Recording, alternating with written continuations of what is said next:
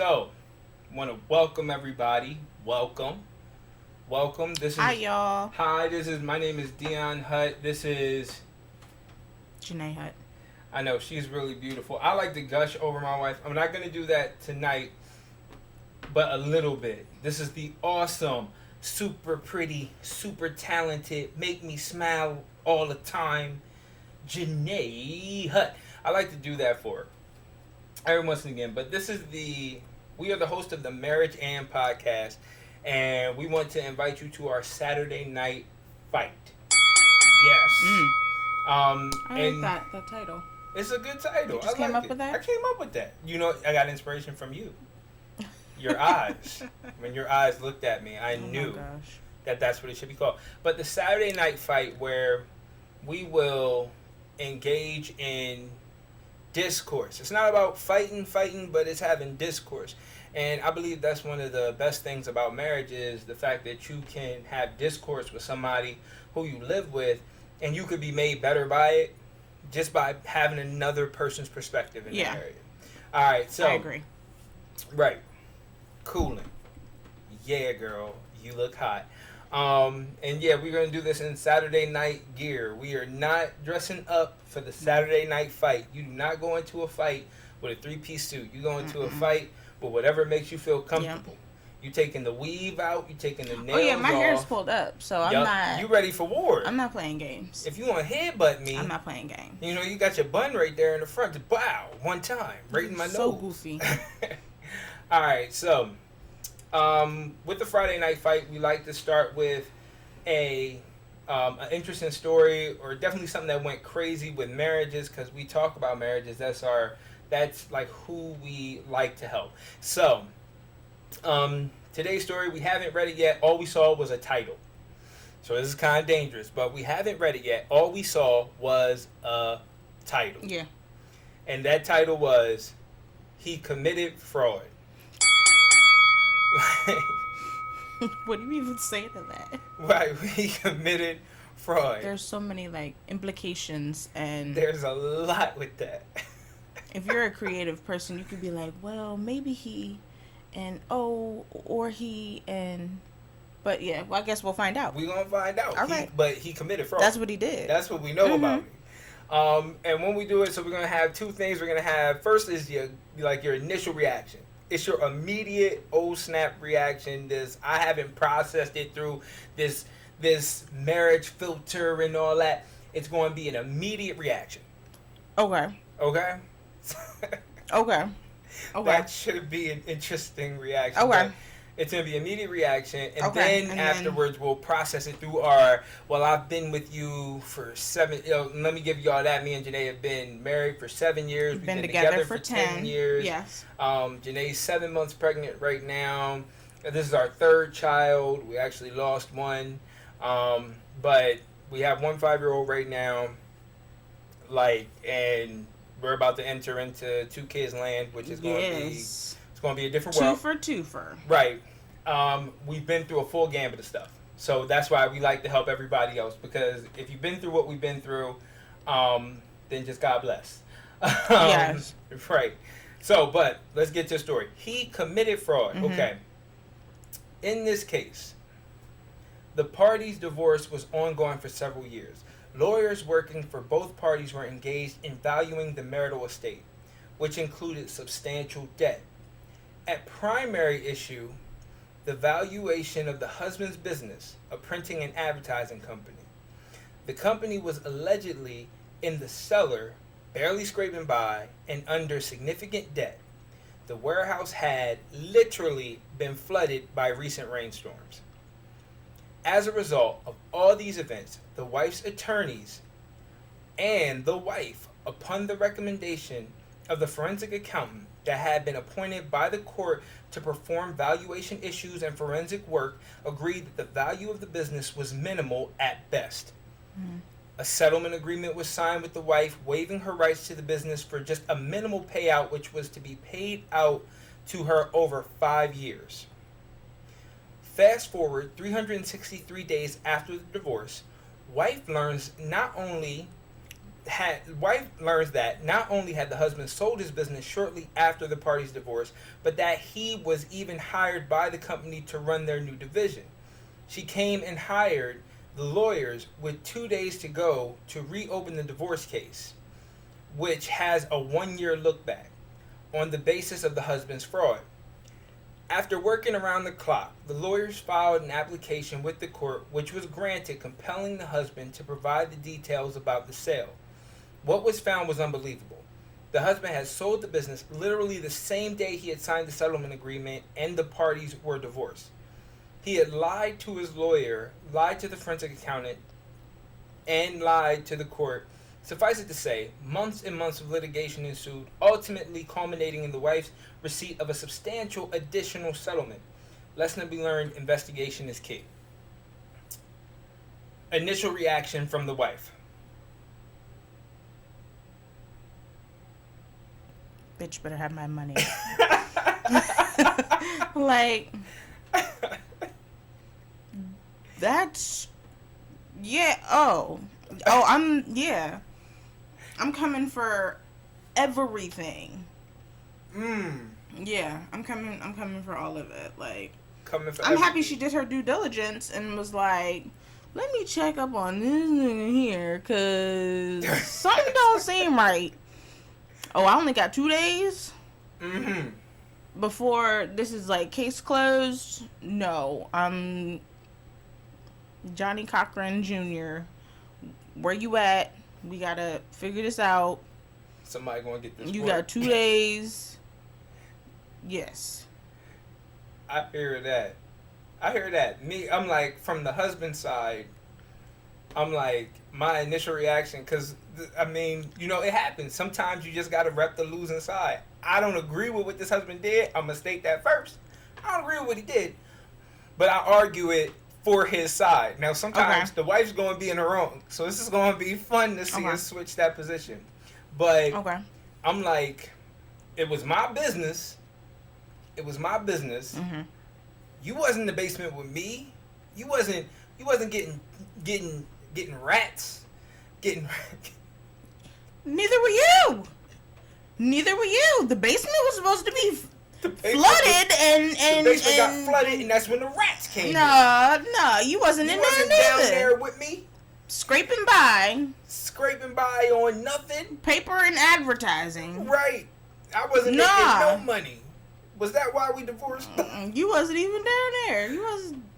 I was in the basement until it flooded. The way I sold the company, I did some smooth stuff. Maybe that's the case. I'm like, it's hard smooth to criminal. Right. It's hard to argue for this husband. It's hard to argue for him because it's like, you know, I mean, maybe he did. He said I guess the damning part is the fact that he did it on the same day. Yeah. Like, he got the divorce signed, he gave her the small payout, and then right afterwards went and sold it. Right. And he even got a job with the new company, which was wild. Yeah. I'm just wondering, because it's like, why commit fraud, though? Like, was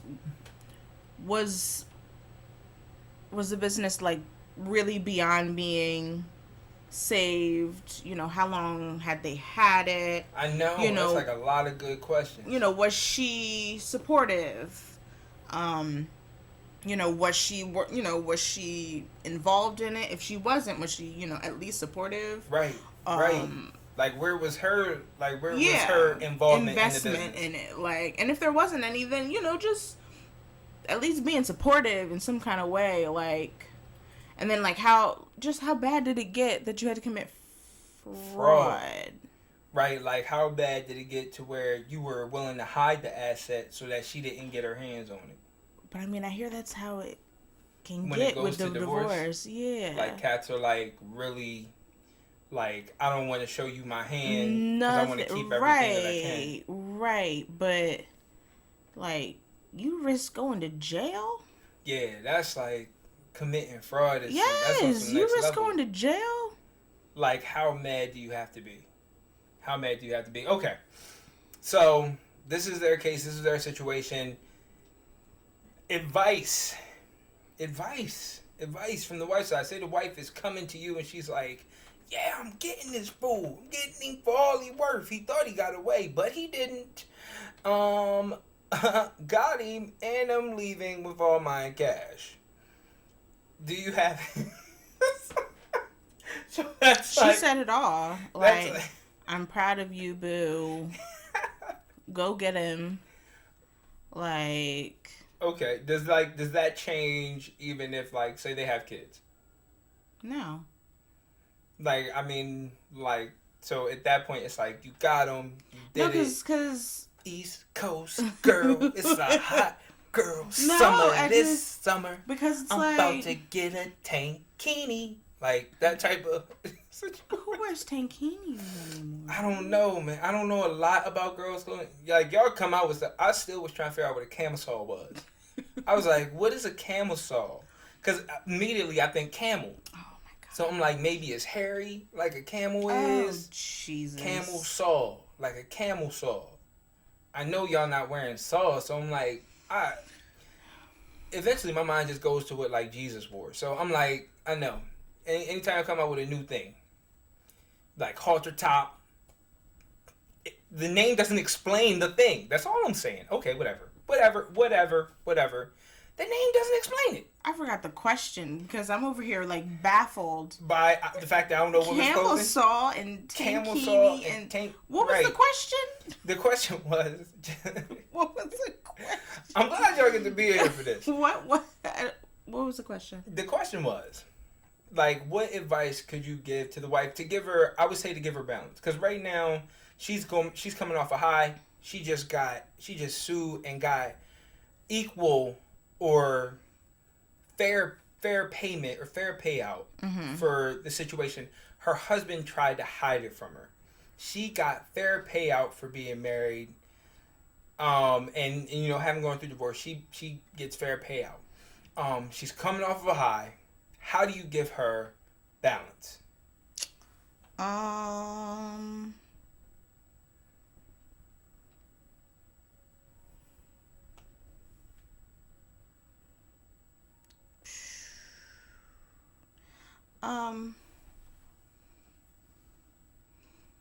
I think I would probably tell her to try to remain humble. And even though she did get this big payout from her now ex-husband, maybe not to like focus on like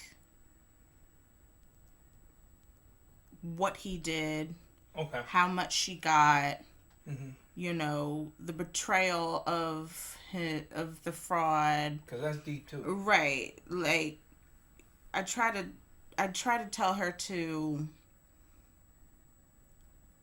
distract herself. Distract herself? Yes, because, you know, you don't want that, you know, no matter how much it is, you don't want it to, like, affect, like even if they didn't have kids, like, you don't want it to, like, affect your, like, the person that you are. Yes. Like, right. Yes. You don't want it to affect, like, the person you are. Like, you know. So, yeah. I hear that. I try to tell her to find ways to remain humble, but, you know, just be grateful that she was able to get the come up, but, you know. Right. Yeah. I heard that. That's what's up. Yeah. That's what's up. I don't even know if we did the guys, like, I can't even, for the guys, really hard well, to, like, how would you console or, like, talk to the husband and be like, man, like, yo, bro, we heard what happened. I'm gonna just say this real quick, and I'm gonna get this out the way. Got him! Come on. You're so ignorant. I'm like, and then I'm done. All right, back to you, brother. Now, at that point, like, to take a loss like that, you know, for what he was trying to hide, at that point, to give balance to having lost, go back to the history of his marriage, his marriage, and just be like, yo, bro, like, at some point in time, things were good enough for you guys to decide to want to spend the rest of your life together. Right.